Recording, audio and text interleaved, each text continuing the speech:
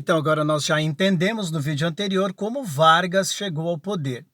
Então, Vargas ele chega, assume a cadeira presidencial no dia 3 de novembro de 1930 e ele não é intitulado presidente da República do Brasil, pelo fato dele não ter sido eleito, então eles mudam aí o nome para chefe do governo provisório.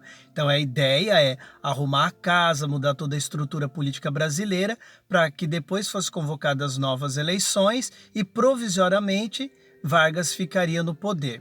Então quando acontece um golpe nesse sentido, geralmente existe uma cartilha que é seguida.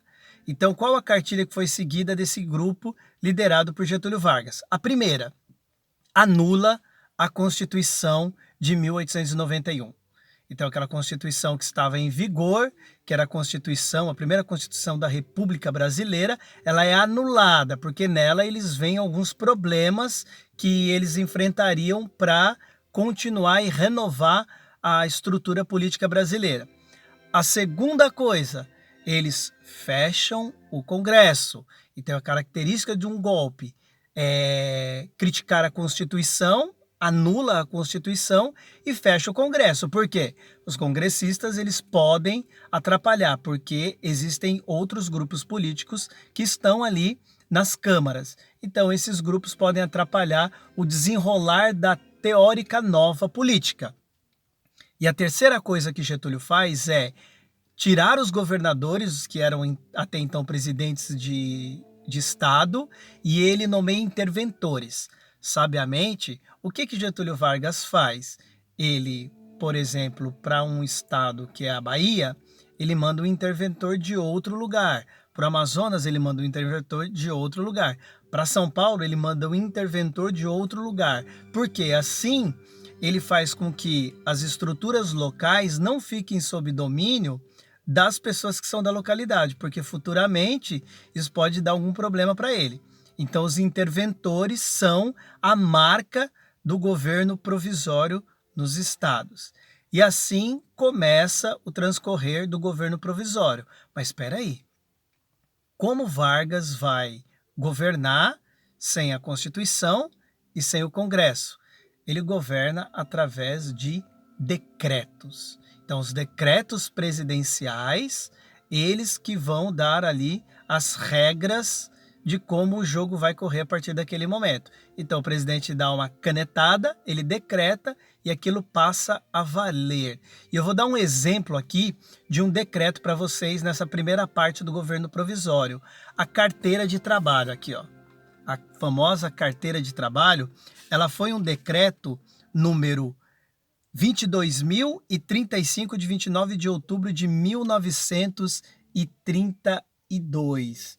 Então, a carteira de trabalho foi um decreto do governo Vargas. E quem era o ministro do Trabalho do governo Vargas? Nada mais e nada menos que o avô de Fernando Collor de Mello.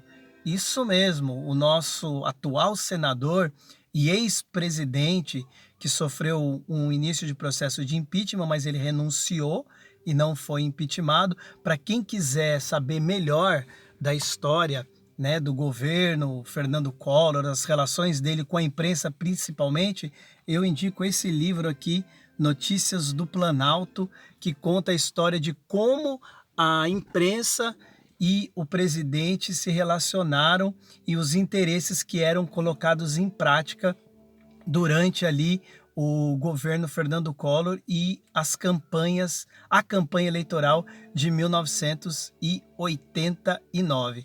Então, o ministro do Trabalho de Getúlio Vargas era o avô do nosso ex-presidente Fernando Collor de Mello.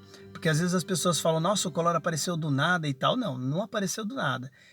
Tanto o avô dele, por parte de mãe, como o pai dele, foram políticos que têm aí uma relação com a história do Brasil, certo? Então, esse é o primeiro momento do governo provisório. Ainda vai acontecer a Revolução de 32, mas a Revolução de 32, que pede uma nova Constituição, nós não vamos falar nesse momento, nós vamos falar só no dia 9 de julho, que é o dia que marca essa Revolução Constitucionalista.